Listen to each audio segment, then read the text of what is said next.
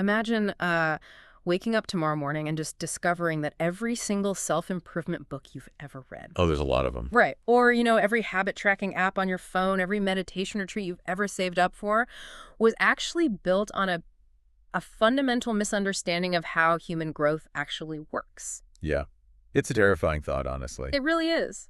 It's like you've been running on a treadmill just staring at this screen that says you are getting closer and closer to this ultimate destination. This perfectly finished, better version of yourself. Exactly. But what if there is no destination? Like, Right. what if the finish line isn't somewhere far ahead of you, but it's actually the very ground you've been standing on the whole time? It completely disrupts the prevailing operating system most of us use, to navigate our lives. Mm. I mean, we are just so conditioned to view ourselves as a constant work in progress, Yeah. always marching toward this distant horizon where we finally arrive. And that is exactly what we are unpacking in today's deep dive. We are exploring a single, just profoundly paradigm-shifting source text today. It really is. Yeah, and it aims to entirely deconstruct our modern obsession with seeking and this really elusive concept of awakening. And for you listening, I just want to say up front, we aren't here to hand you another 10-step checklist. No, definitely not. We are doing the exact opposite. We're examining a philosophy that removes the burden of the search altogether. Which is, I mean, it's a remarkably difficult shift to make. The text we're looking at, it doesn't want you to take on the exhausting project of trying to become something new. Right. It's asking you to consider the entirely different and, frankly, a much more challenging experience of just simply realizing what you already are. Okay, let's unpack this, because reading through these sources, my first reaction was, it was intense.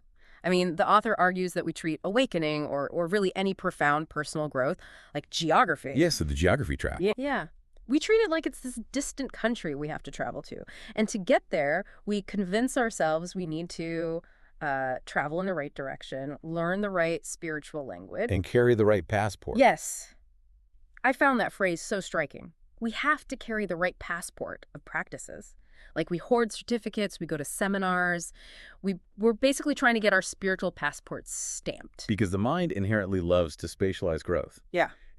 It desperately wants to create a tangible map. Right, like an actual physical map. Exactly. A map where, unawakened or flawed is right here where we're standing, and awakened or healed is way over there. Across some vast ocean. Right, across an ocean of effort. But the text points out the fatal flaw in this map.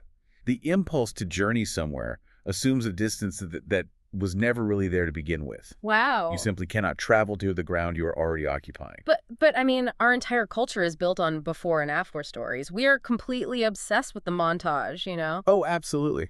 We want the narrative that says, I was lost, I suffered, I did the grueling work, and now I am found. The text calls this the myth of sequence. The myth of sequence. Right. It's the idea that awakening only comes after enough years, or after enough trauma, or finding the perfect guru. I kept visualizing a GPS system while I was reading this part. Mm-hmm. It feels like we are sitting in our car, frantically tapping the screen, watching the GPS just constantly recalculate a route to a destination. Oh, you're already there.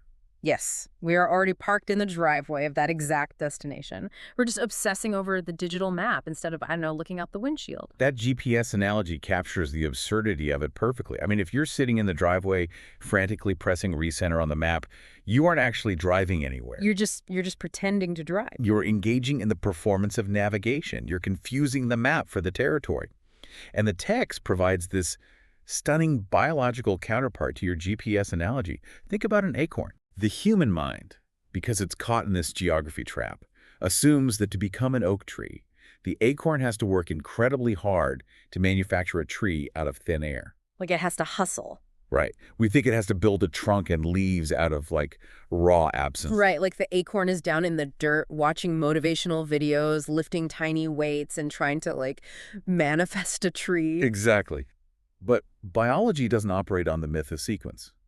The text notes that the entire shape of the tree, the root system, the dense trunk, the exact fan of the eventual canopy, It's already in there. it is already completely folded into the seed's own architecture. Mm-hmm. It isn't building anything new. It's just waiting for the environmental conditions that allow it to stop being folded. That is wild. The author uses a phrase here that I think is really worth lingering on. They say, germination is not creation. It is permission. Germination is not creation, it is permission. Wow, that is a massive paradigm shift. But I have to push back here because this is where my brain starts to kind of rebel against the text. So, yeah. If we are already the oak tree, if the finish line is literally already under our feet, why do anything at all? The classic question. Right. Like, why should you or I bother meditating? Why go to therapy? Why try to be a better partner or a more engaged citizen? If I'm already carrying this innate ground of awakening, it sounds like the perfect excuse to just sit on the couch, eat junk food, and say, well, I'm already whole, so nothing matters. Yeah, that is the most common defense mechanism the ego uses when confronted with this idea. And the text is very, very careful to address it. Oh, good. This philosophy is absolutely not a gateway to nihilism or apathy. The author explicitly states that care, discipline, and the slow, sometimes really painful work of living, they still matter deeply. Okay, so then what's the difference? The difference lies entirely in the source of your effort. So it's about shifting why we are trying in the first place. Yes, exactly. The effort you put into therapy or meditation, it doesn't produce the ground of your being. The ground is what makes the effort possible. Oh, I see. To explain this, the author uses this great metaphor of digging a well. When you dig a well, you don't shovel dirt in order to create water. Right, that would be impossible. You dig because you trust the water is already down there in the earth. The shovel is merely removing what's standing in the way of the water rising up. Here's where it gets really interesting for me because the text takes this somewhat, I don't know, abstract philosophical concept of the ground and it roots it instantly in our actual physical bodies. Yes. We completely forget that we are carrying around this immense, quiet intelligence inside of us every single second of the day. The physical body is arguably the most undeniable evidence we have for this innate awakened ground. It really is. I mean, think about trying to consciously micromanage your own digestion. Imagine if, like right now, you listening had to consciously instruct your stomach acid to break down your breakfast. Oh, man. Or manually tell your intestines to absorb specific vitamins. Your body already has the profound wisdom to execute these infinitely complex chemical processes without your conscious mind getting involved at all. It's on autopilot. Totally. In fact, if your ego stepped in and tried to manually operate your liver, you would probably destroy the whole system in minutes. That biological autonomy is central to the author's point. The text reminds us that your blood doesn't need a motivational speech to circle back to the heart. Right. Your breath doesn't require you to deeply understand or even believe in gravity before it agrees to leave your lungs. Underneath the chaotic, anxious noise of our daily thoughts, your cells are dividing. Your wounds are closing. Yeah. Your biological systems are constantly self-correcting with this quiet intelligence that never once pauses to ask your ego for permission.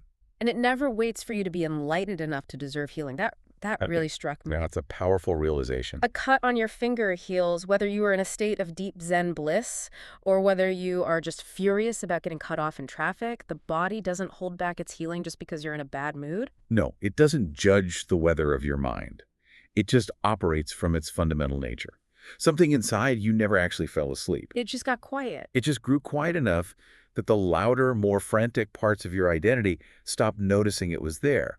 And what's fascinating here is if we zoom out from the body, the text applies this exact same logic to the universe at large. Okay, how so? It suggests the universe taught fire doesn't have to rehearse being warm before it finally commits to burning. It just burns. The innate nature of things doesn't require a passport of practices. It simply is. Okay, I track with all of that, but it brings up a huge contradiction for me. Okay, let's hear it. If this innate ground of awakening is already inside us, breathing for us, healing our cuts, sustaining our lives, why does it feel so impossibly far away most of the time? I mean, if I'm already standing on the finish line, why do I spend most of my week sweating and panting like I'm running a marathon? Yeah, that's the million-dollar question. Yeah. And this is where the text transitions from biology into profound psychology. Okay. The author uses a brilliant architectural metaphor to explain why we actively resist feeling this innate wholeness. They describe the concept of not yet as a fully furnished room. Not yet. Yes, the human mind knows exactly how to live in not yet.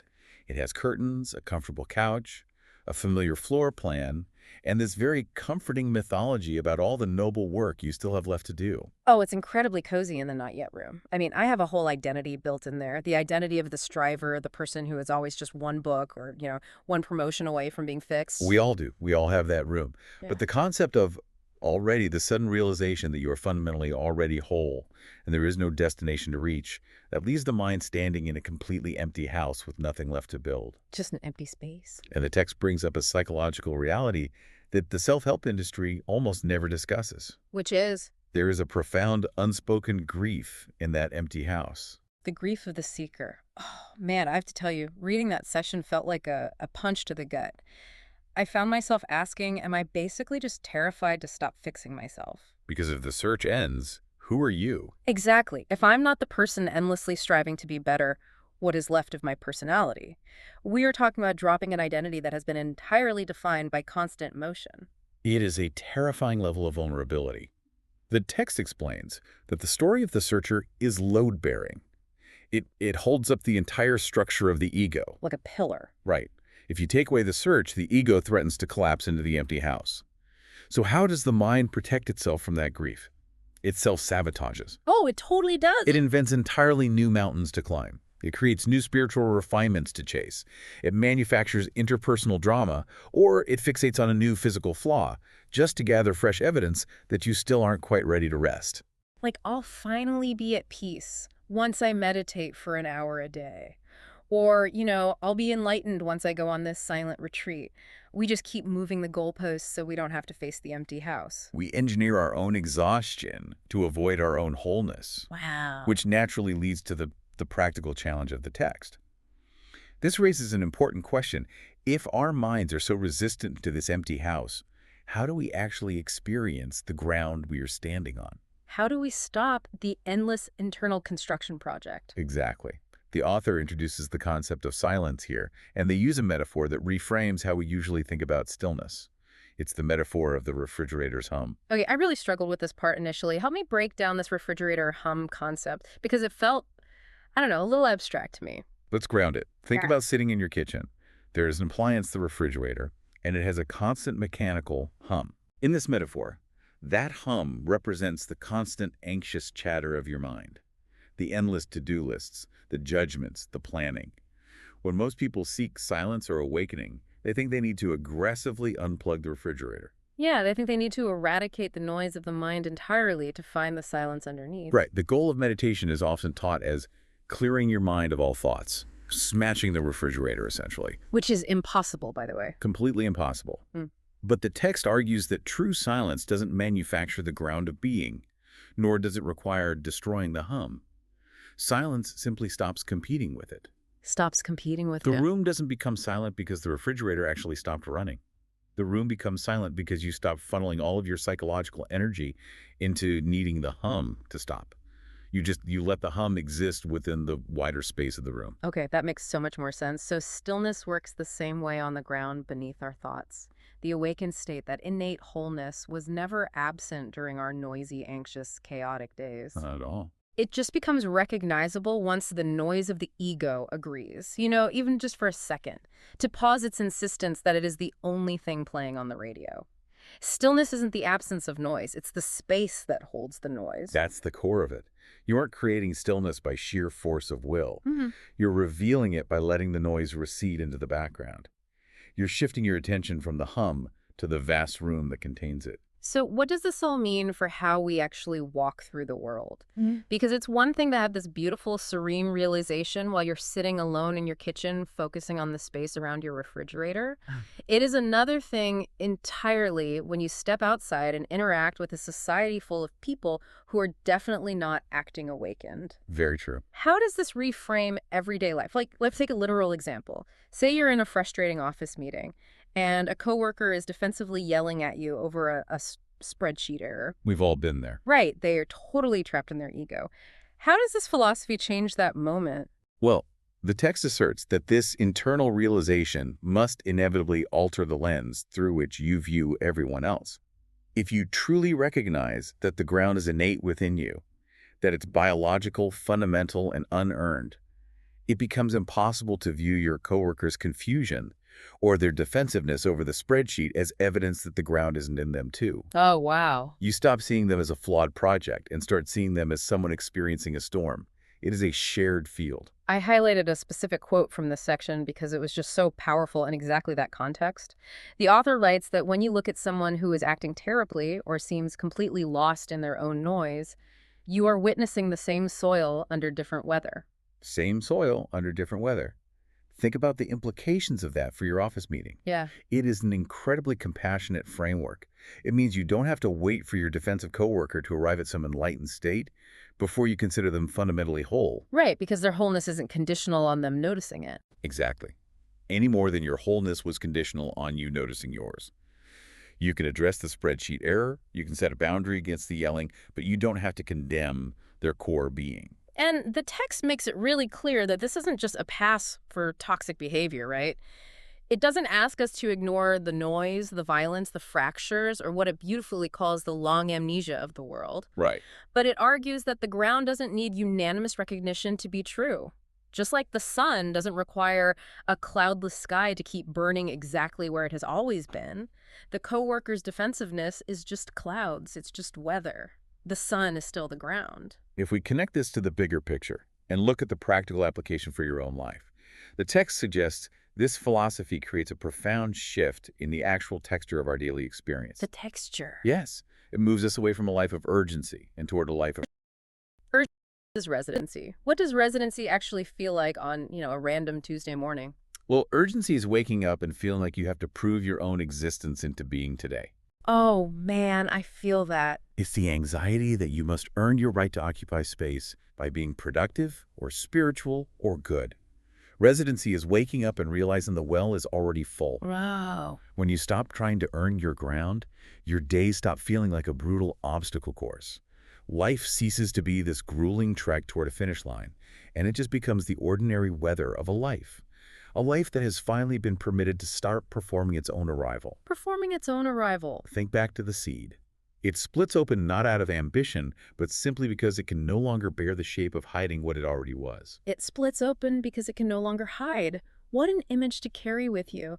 So, to bring this all together for you listening, we have gone on quite the non-journey today. Very much a non-journey. We started by looking at how exhausting it is to view personal growth as a geographical trek across a map of our own perceived flaws.